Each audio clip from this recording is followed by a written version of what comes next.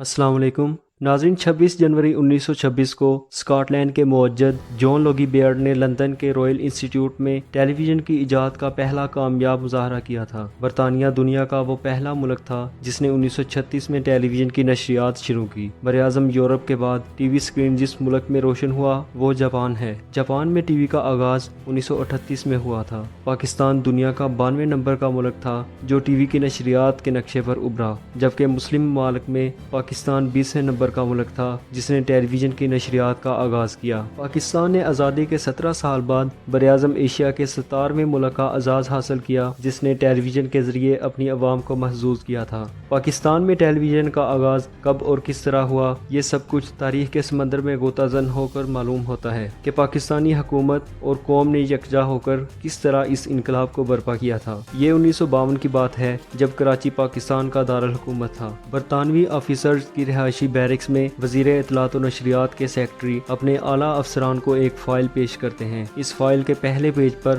سب سے زیادہ توجہ کے مرکوز آرڈر کو لکھا گیا ہوتا ہے جس میں ملک میں ٹیلی ویژن کے قیام کی تجویز پیش کی جاتی ہے، لیکن اعلیٰ افسران ملک میں وسائل کی کمی اور فنڈز کی عدم دستیابی کی وجہ سے اس تجویز کو رد کر دیتے ہیں اور یوں یہ انقلاب بغیر برپا ہوئے ہی ختم ہو جاتا ہے۔ کچھ عرصہ بعد جنرل محمد ایوب خان کے قیام کردہ تعلیمی کمیشن نے جنوری 1960 میں اپنی رپورٹ پیش کی۔ اس رپورٹ میں ملک میں تعلیمی مقاصد کے لیے جلد از جلد ٹیلی ویژن کے قیام پر زور دیا گیا۔ 5 اکتوبر 1960 کو کابینہ نے ملک میں تعلیمی مقاصد کے لیے ٹی وی کے قیام کی منظوری دی۔ اکتوبر 1962 میں کراچی میں پاکستان انٹرنیشنل فیئر کے نام سے ایک بین الاقوامی تقریب منعقد کی گئی۔ اس تقریب میں Philips electrical company of Pakistan نے ایک تجرباتی ٹیلی ویژن اسٹیشن قائم کیا۔ پورے شہر میں مختلف مقامات پر 200 ٹی وی سیٹ رکھے گئے۔ عوام کی فرمائش پر اس اسٹیشن کو 31 جنوری 1963 تک جاری رکھا گیا۔ 20 اکتوبر 1964 کو کولمبو پلان کے تحت پاکستان میں موجود جاپانی انجینئرز کے وفد نے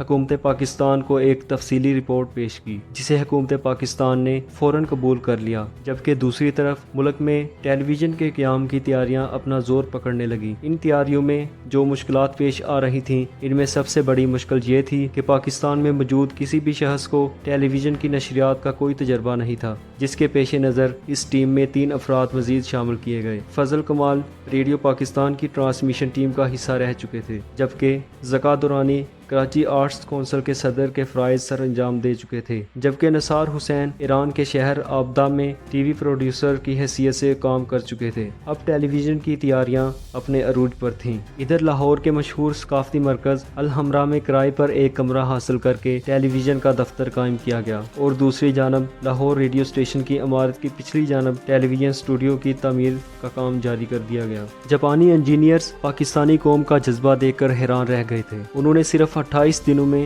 وہ کچھ کر دکھایا جو مہینوں میں بھی ممکن نہیں تھا۔ اسلم اظہر جو کہ ٹیلی ویژن کی ٹیم کے سربراہ تھے، انہوں نے اپنی ٹیم کو وسیع کرنا شروع کر دیا۔ احسان مرزا اور انیس احمد کیمرے کی آنکھ بن گئے، اور دوسری جانب جمیل آفریدی اور شہباز چودھری نے ڈیزائن ڈپارٹمنٹ سنبھال لیا۔ میک اپ آرٹسٹ کمال الدین احمد نے چہرے کے نقش سنوارنا شروع کر دیے۔ یوں لوگ ساتھ ملتے گئے اور کارواں پھیلتا گیا۔ ٹی وی کے نشریات سے پہلے اور پروگراموں سے پہلے پی ٹی وی کا جو لوگو دکھایا جاتا ہے وہ مصور مشرق عبدالرحمن چغتائی نے تخلیق کیا تھا۔ ادھر پاکستانی عوام اور زندہ دلانے لاہور نے ٹی وی کی نشریات کا بے تابی سے انتظار کرنا شروع کر دیا۔ ٹی وی سگنلز کو قید کرنے کے لیے انٹینا درست کیے جانے لگے۔ 26 جنوری 1964 ملک میں ٹی وی کی نشریات کی پہلی صبح تھی۔ سپہر 3:30 بجے افتتاحی تقریب منعقد کی گئی۔ صدر ایوب خان نے ٹیلی ویژن کا افتتاح کیا۔ P T V Lahore studio میں قاری علی حسن صدیقی کی تلاوت کے بعد نشریات کا آغاز ہوا۔